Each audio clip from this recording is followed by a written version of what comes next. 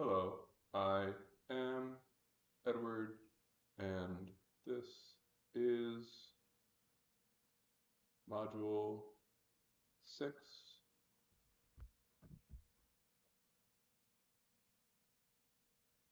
Emergence of the Moral Force of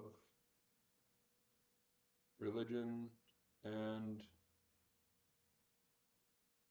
Ecology.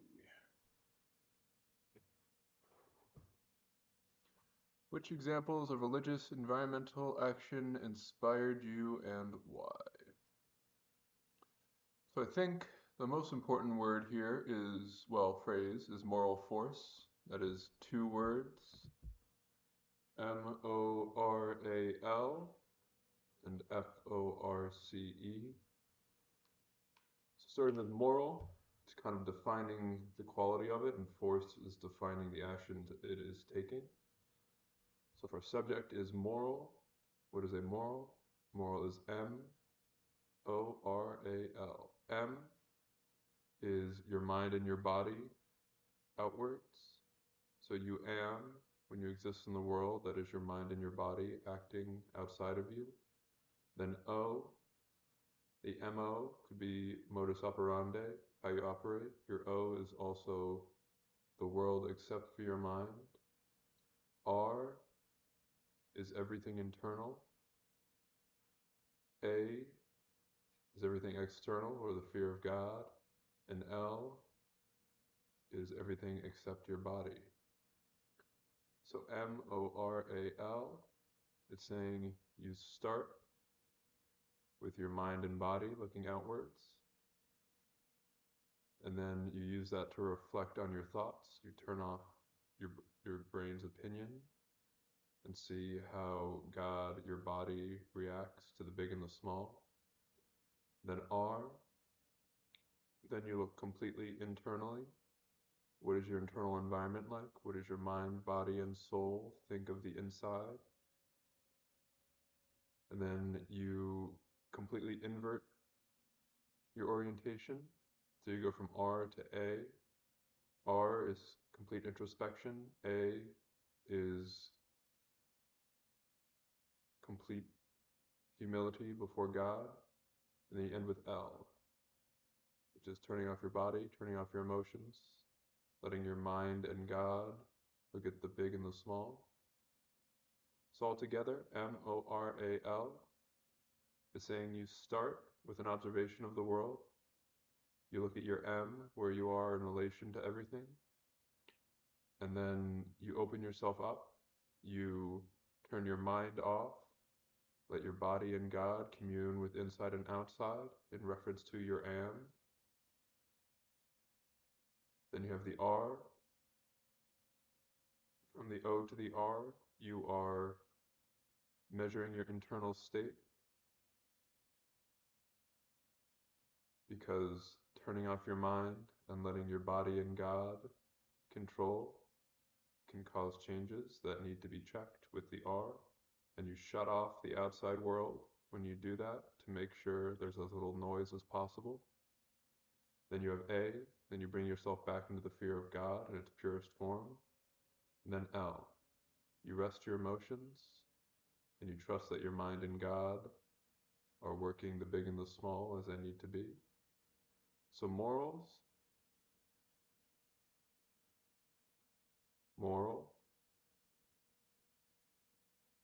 to me, moral feels pretty balanced. I think every finger,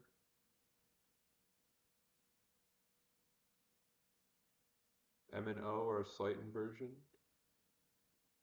R and A are complete inversions, and then L is pretty balanced.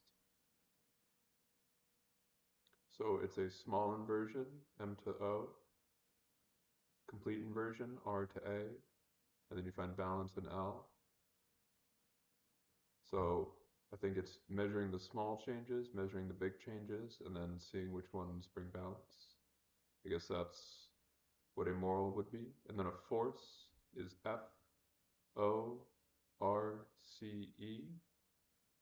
Force. So an F, that is God working outside, working with the big, nature in general, I think is the grand F. Then it's F to O, so that is your body joining God, and then also looking inside. So F to O is absorbing all the information of your surroundings, of God's splendor, and then integrating that into your emotions, your body, inside yourself, seeing how God's splendor makes you feel in the O.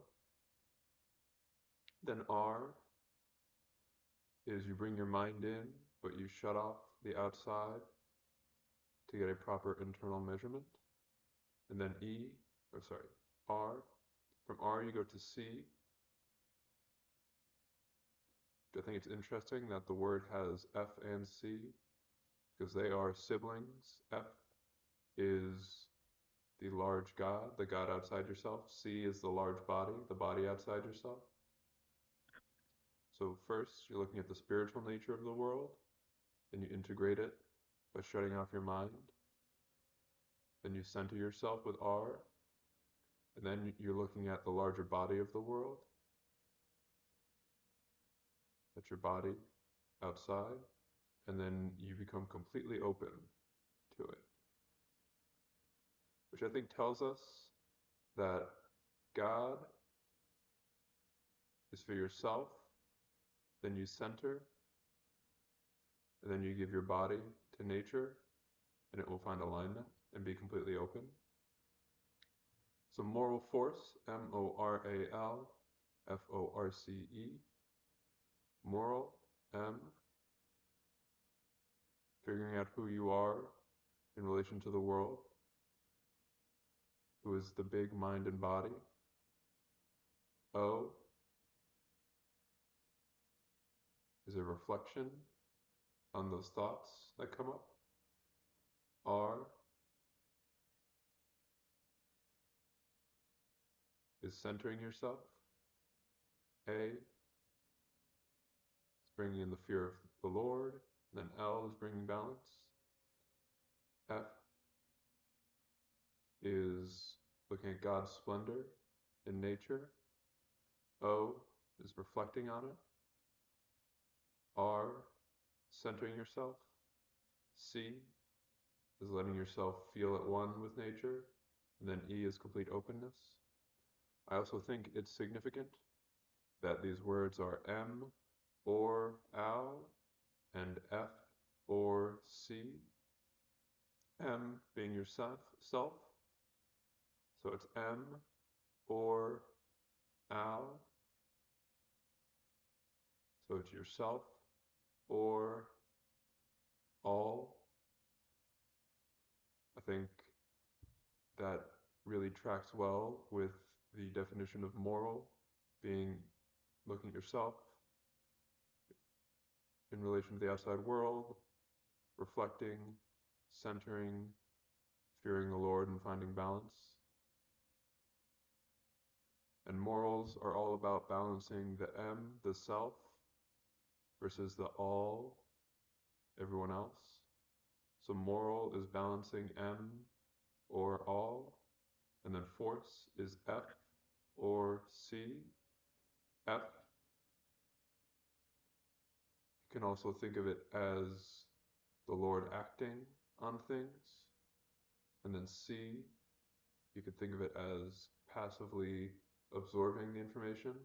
So do you act or do you watch?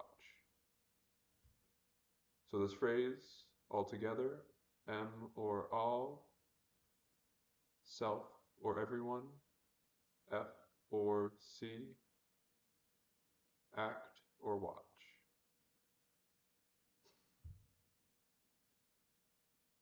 Now in that context, and towards a ecological religion,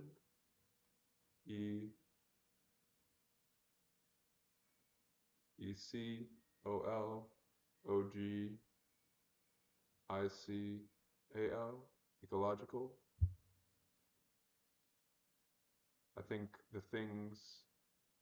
the actions that inspire me are things like reforesting deserts, anything that increases the total biomass of acreage. There is a tendency to measure that in profitability. That uh, is a coarse measurement, but it is the most effective one that we have available to us at the moment. You could also measure it in terms of bushels and heads, um, of livestock. Uh,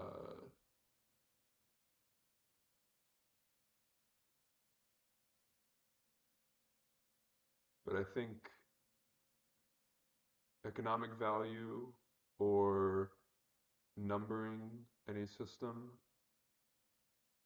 will always lend yourself to error, because as we learned in Chronicles 2, Satan inspires measurements when you lack faith and trust in the Lord.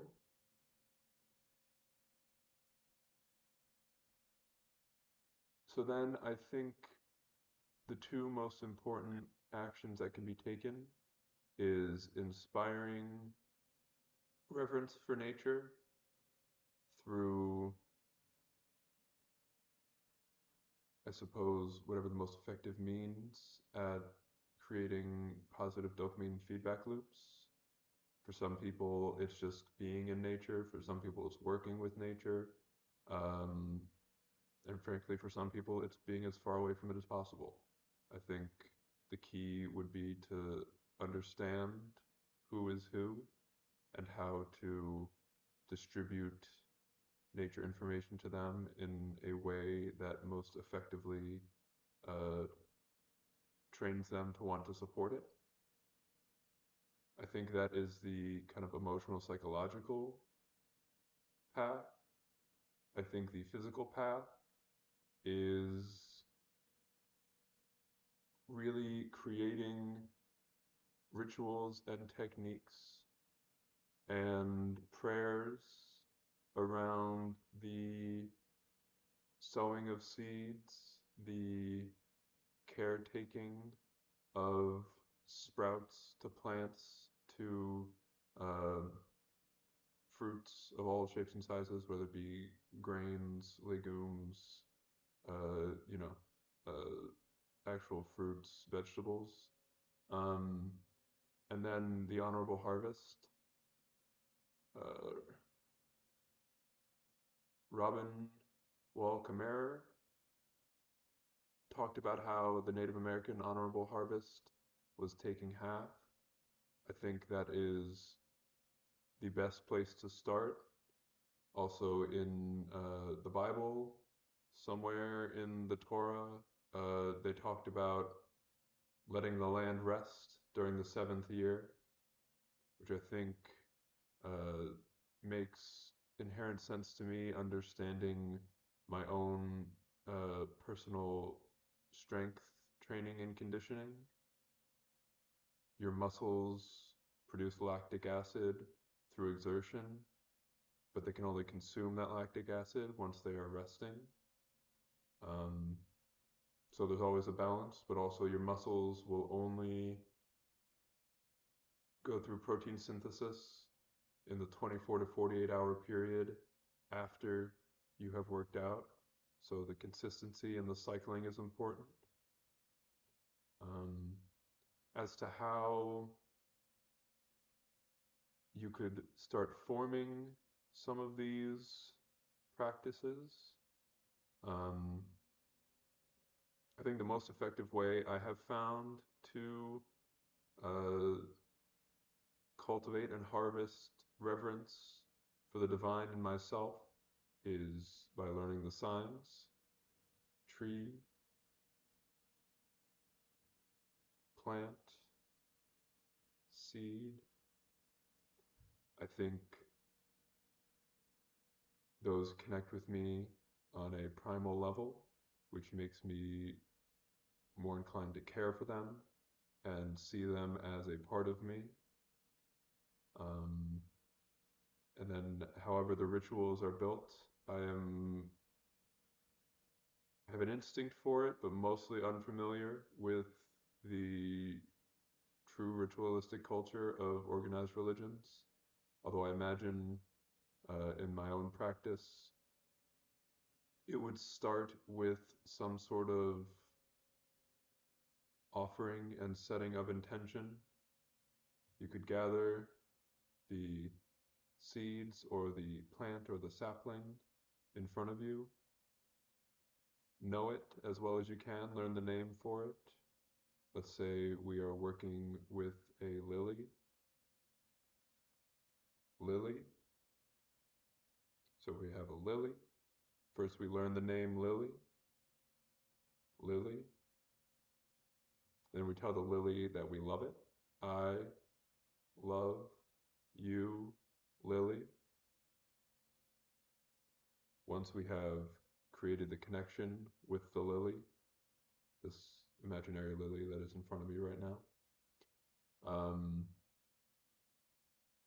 you should let the lily know what your intentions are for it. So, Lily, I will plant you. And then you should explain the results of your actions to this lily. Planting will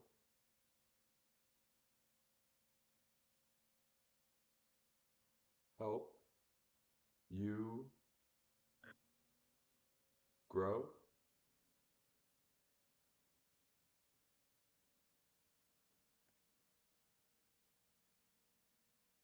And then you give it the best guidance you can as to how to journey through the planting. So you could let it know that Lily needs water. Lily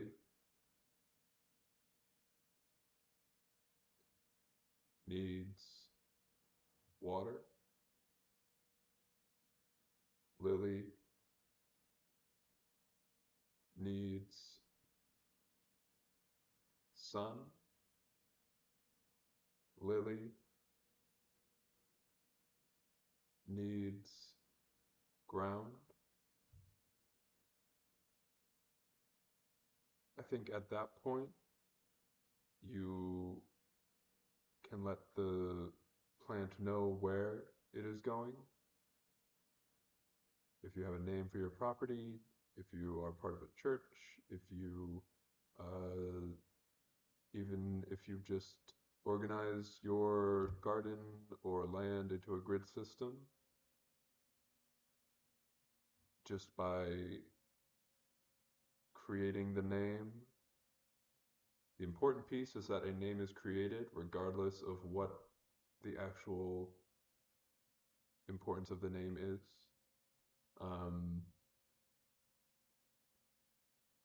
So you'll say, Lily will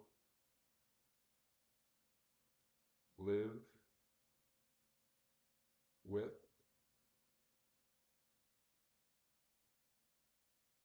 if you're planting it at your home, me at the, I live near a body of water. I affectionately call the cove. I call my house Cove. So I will be telling my lily that you will live with me at the cove, at the C-O-V-E, cove. So we have named the being we're about to plant. We have let the being know that we love it. We want it to grow. We want to help it. We have told the lily what it needs. It needs water, sun, and ground. We have told the lily where it is going to be. It will be living with me at Cove. And then you should proceed with the planting ritual,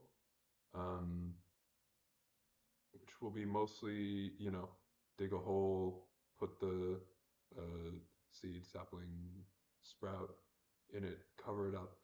I think some of the specifics of that are more locality and climate dependent, but pretty basic. And then, I think you have to start listening to the plant to understand how much help it needs, how much help it wants, and how much it enjoys your company. Ideally, you uh, develop a relationship that makes you want to be with each other as much as possible. I think that is where the true mask of God lies. I also think that is the crux of trying to organize this at an institutional level, because invariably there will be more mouthpieces than hands. So I would emphasize to always try to be a hand, even if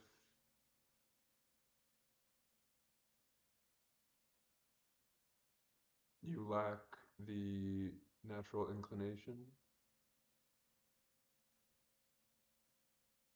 You will be rewarded for your effort just due to the inherent scarcity. Thank you for